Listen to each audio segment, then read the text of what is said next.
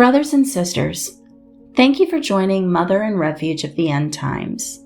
Today, we would like to share with you part 1 of an article written by Mark Mallett entitled Medjugorje and the Smoking Guns on his blog The Now Word, posted on November 8, 2017. Medjugorje and the Smoking Guns. The following is written by Mark Mallett, a former television journalist in Canada and an award-winning documentarian. The Ruini Commission, appointed by Pope Benedict XVI to study the apparitions of Medjugorje, has ruled overwhelmingly that the first 7 apparitions were supernatural, according to the leaked findings reported in Vatican Insider. Pope Francis called the Commission's report, quote, very, very good, end quote. While expressing his personal skepticism of the idea of daily apparitions, he openly praised the conversions and fruits that continue to flow from Medjugorje as being an undeniable work of God, not a magic wand.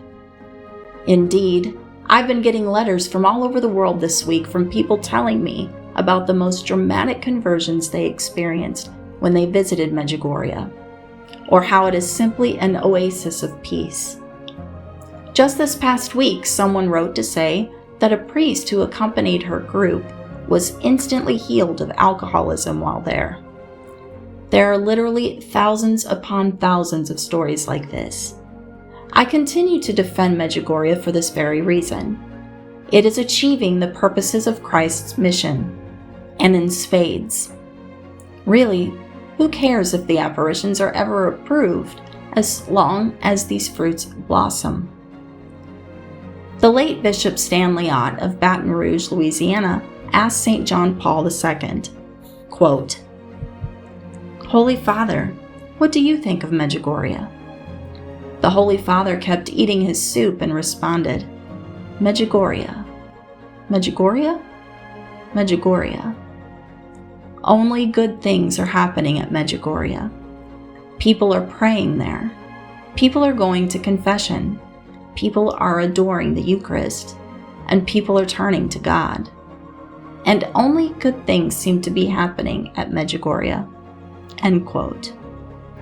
A good tree cannot bear bad fruit, nor can a rotten tree bear good fruit. Matthew chapter 7, verse 18. After 36 years, that hasn't changed. But you see, the skeptics say, quote, Satan can produce good fruit too, end quote.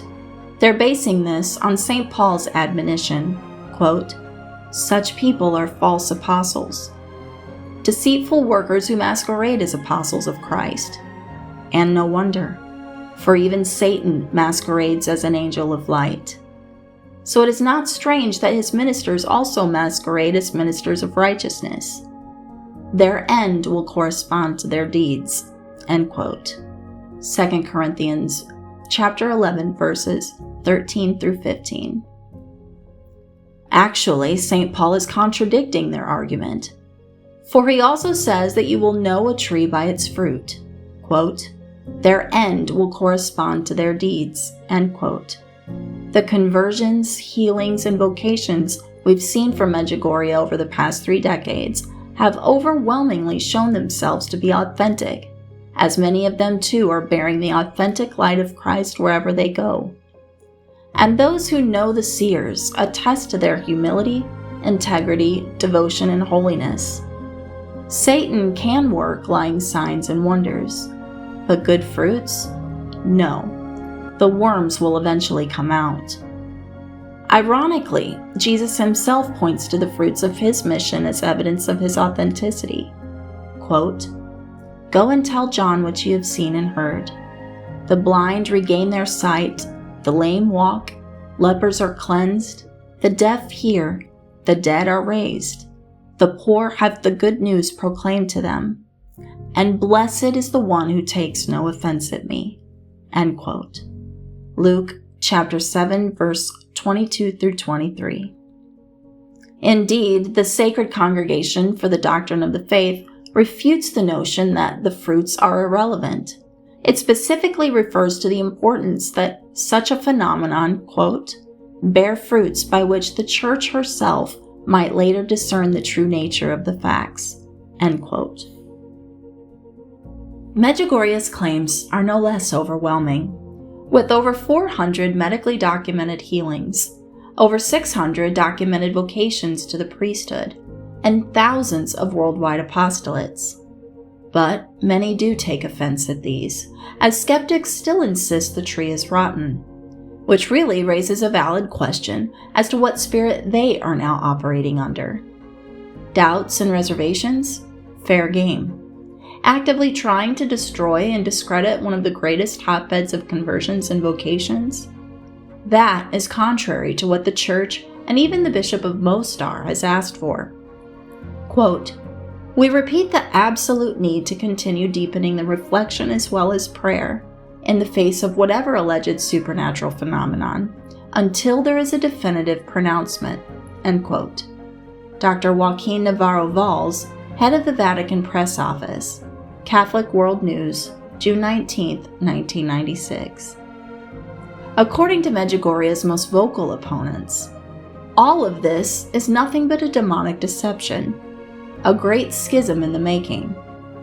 They sincerely believe that the millions of converts, hundreds if not thousands of priests who receive their calling there, and the countless others who have been healed in one way or another, will suddenly throw their Catholic faith in the garbage and break away from the Church if the Pope makes a negative ruling, or if, quote, Our Lady, end quote, tells them to, as if they are dumb, emotional, undiscerning apparition chasers who can't function spiritually without Medjugorje.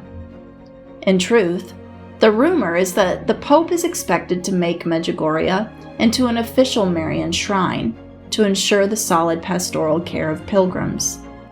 Update. As of December 7, 2017, a major announcement came by way of Pope Francis's envoy to Medjugorje, Archbishop Henry Kozer. The ban on official pilgrimages has now been lifted. Quote, the devotion of Medjugorje is allowed. It's not prohibited and need not be done in secret. Today, dioceses and other institutions can organize official pilgrimages. It's no longer a problem. The decree of the former Episcopal Conference of what used to be Yugoslavia, which before the Balkan War advised against pilgrimages in Medjugorje organized by bishops, is no longer relevant, end quote.